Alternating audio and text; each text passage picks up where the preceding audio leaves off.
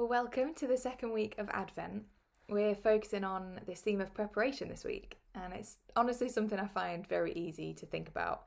Anyone who knows me well knows that I love to be prepared for things, and I am a natural planner, and I almost feel like I'm being irresponsible if I'm not prepared for something.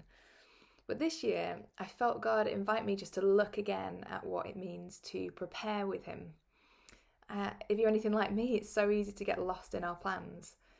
We tend to think that being prepared means being busy, rushing around, getting things ready. And yet I was thinking about some words of an old carol this week. Joy to the world, the Lord is come. Let earth receive her King. Let every heart prepare him room. Now, it stood out to me as I wouldn't usually put those two words together. Prepare and room. To make room for something, to make space for something. That's not usually what preparation looks like for me. It usually looks like running around, planning, buying, making sure I've accounted for every possibility. And yet, if this year has taught us anything, it's that control is an illusion. We can't control the future, and so we can't prepare for every eventuality because we can't predict every eventuality.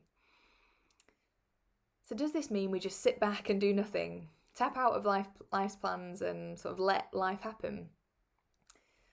Well, no, we are preparing, but we're preparing in a different sort of way to the rest of the world. We are called to prepare ourselves, our lives for God's presence. That's what we're called to prepare for, because it's only when our preparations include Him that we're able to respond to Him and be flexible to what He's saying. And then we are able to shake off any anxiety because we can trust that as we make space for Him in our hearts, He will ultimately prepare us for anything that He has for us. You see, opening up our plans, opening up our lives, making room for God and letting go of control just opens up a whole host of possibilities with God. And He is trustworthy. So perhaps when you're making your meal this week, when you're preparing that special meal, if you're like me, maybe you need to take a little bit longer preparing it. Making room for God to interrupt your plans. Maybe you're doing a tried and tested meal, one that you've done many times before, something in your control.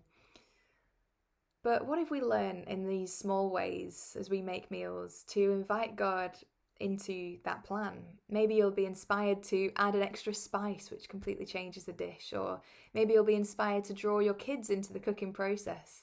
Maybe you'll be inspired to invite someone round, or probably more likely to share a Zoom dinner with them. Or maybe it'll just be a sweet time with Jesus. I hope so. Let's prepare room in our hearts for Him this week.